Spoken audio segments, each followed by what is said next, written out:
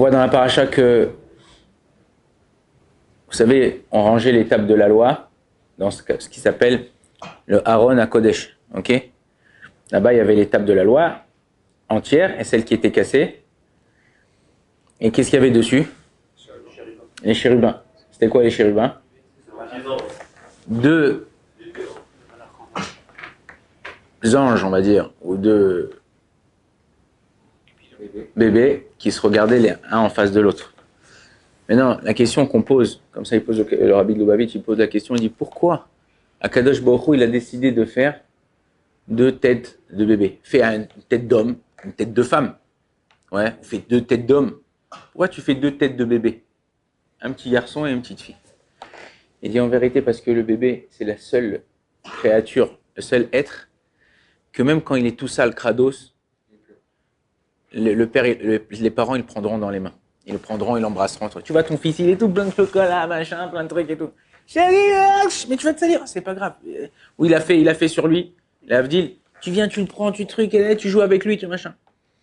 Le seul être qu'on peut prendre dans les bras, même quand il est sale, imagine-toi ton pote, il vient de déboucher les égouts, et il arrive et dit, mon frère! Tu dis, attends, vas-y, mon frère, vas-y, reste chez toi, va te laver, après on... Imagine-toi ton fils, il tombe dans la rue, dans la gaboue. Et il tombe dans la boue. Papa. Tout de suite, tu vas aller, tac, tac, tu l'attrapes, tu le prends, tu le lèves, tu trucs, mais tu vas te salir, c'est pas grave. C'est ton fils. On est les enfants d'Akadosh Baruch Hu. Akadosh Baruch Hu, il nous aime d'une façon inconditionnée.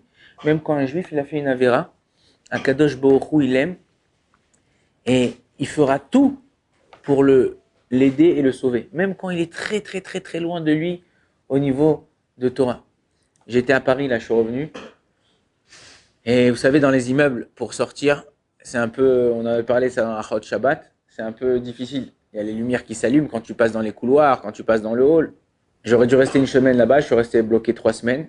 Un des Shabbats, j'étais avec mon père, et il me dit, tu sais quoi, on va pas passer par l'immeuble. Derrière, il y a un jardin, on va passer par leur jardin, on va rentrer dans un autre immeuble, puisque c'est une série d'immeubles. On va passer par un autre immeuble. Là-bas, j'ai les clés des 2 portes, il faut juste attendre que ça s'allume. Mais j'ai les clés, ça veut dire que même s'il y a quelqu'un qui passe de l'extérieur, ça va s'allumer, on pourra passer et ouvrir avec les portes. Il m'a dit, ça ira plus vite. Je lui ai dit, bon, d'accord. On arrive là-bas, il est 8h15. La tfila, c'est à 9h moins quart à Paris, Shabbat matin. Nous, on arrivait même à 8h10. Et 8h15, 8h20. 8h30, personne ne passe. 8h35, 8h40. J'ai dit à mon père, papa, regarde, la semaine dernière, je suis passé dans l'autre immeuble, c'était tic-tac. Il dit, mon fils, je sais, mais bon, Kola Kaval et Tova. Tout le retard, c'est pour le bien. On attend. Tout d'un coup, on voit l'ascenseur monter. Donc, on attend pour voir s'il y a quelqu'un. L'ascenseur, il monte, il redescend. Il n'y a personne. L'ascenseur, il monte, il redescend. Il n'y a personne. L'ascenseur, il monte, il redescend. Non, il y avait quelqu'un. Et il redescend, une femme bien habillée comme ça, d'une 60aine d'années, bien coiffée, bien habillée, avec son téléphone comme ça. Au lieu de sortir de l'immeuble, elle vient vers nous, elle monte les escaliers, elle va par derrière pour sortir dans le jardin. Elle s'arrête devant moi, elle me regarde, je suis habillé comme ça. Elle me dit, vous êtes rabbin? Je lui dis, oui. Elle dit, s'il vous plaît, donnez-moi votre numéro, j'ai besoin de vous, j'ai besoin d'aide pour ma fille, elle est malade, ta. Je lui dis, écoutez, aujourd'hui c'est Shabbat, je ne vous donne pas mon numéro, mais dites-moi votre nom. Ce soir, Bli Neder Motzei Shabbat, je viens et je vous mets mon numéro de téléphone dans votre boîte aux lettres.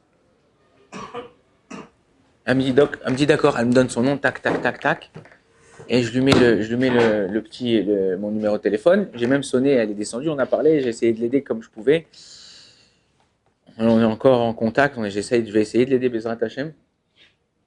Et mon père, il me dit, tu vois mon fils, on n'a pas attendu pour rien. Et on n'est pas passé par là pour rien. Akadosh Baruch Hu, il s'inquiète de chaque enfant. Cette femme, j'aurais pu jamais la croiser de ma vie.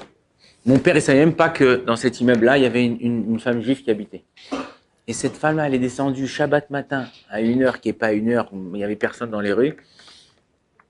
Elle est tombée sur moi, et tout ça pour que Akadosh Baruch Hu, il puisse l'aider. On est tous ses enfants.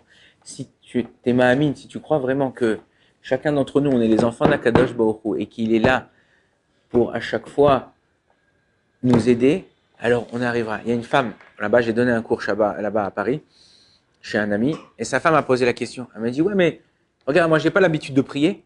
C'est pas hypocrite que quand j'ai besoin de quelque chose, je prie à Dieu. Alors, elle m'a dit, c'est pas hypocrite, c'est pas machin.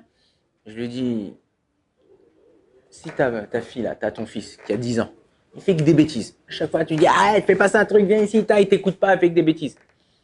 Et un jour, il a une grosse galère. Il vient te voir et dit, maman, tu vas lui dire, maintenant, tu fais des bêtises, je te laisse tout seul. Tout de suite, tu vas venir, tu vas l'aider, tu vas voir ce qu'il a, c'est quoi son problème, c'est quoi son truc. Pourquoi? Parce que c'est ton fils, c'est ton sang, c'est ta chair. Et tu feras tout pour lui, pour l'aider. Pourquoi? Parce que tu l'aimes. Je dis ça, tu l'aimes, on arrive à comprendre, c'est notre enfant. Mais quand tu me mettras dans ta tête que toi, moi, lui, elle, on est tous les enfants d'Hachem et il nous aime encore plus que ce que nous, on aime nos enfants, tu comprendras que même quand tu viens prier à Hachem, même quand tu as besoin de lui, même si tu n'as pas l'habitude de venir lui parler, lui prier, il t'aidera. Akadosh Baruch Hu, il comprend toutes les langues. On peut parler, vous êtes dans votre lit à la yeshiva, comme ça et tout, il fait froid, bientôt il va neiger, on dit cette semaine à Jérusalem. Tu es là, tu pries Akadosh Baruch Hu, Akadosh Baruch Hu, aide-moi, ta. Dans ta langue natale, tu n'as pas besoin de prendre ton sidour, ton truc là. Akadosh Baruch Hu, il est là, il t'écoute. Alors des fois, il décide de t'aider tout de suite, des fois, il décide qu'il faut attendre, et des fois, il décide que c'est pas le moment. Donc, à nous de savoir qu'on est les enfants d'Hachem et qu'Akadosh Baruch Hu, il nous aime sans condition. Baruch Adonai l'olam, amen, amen.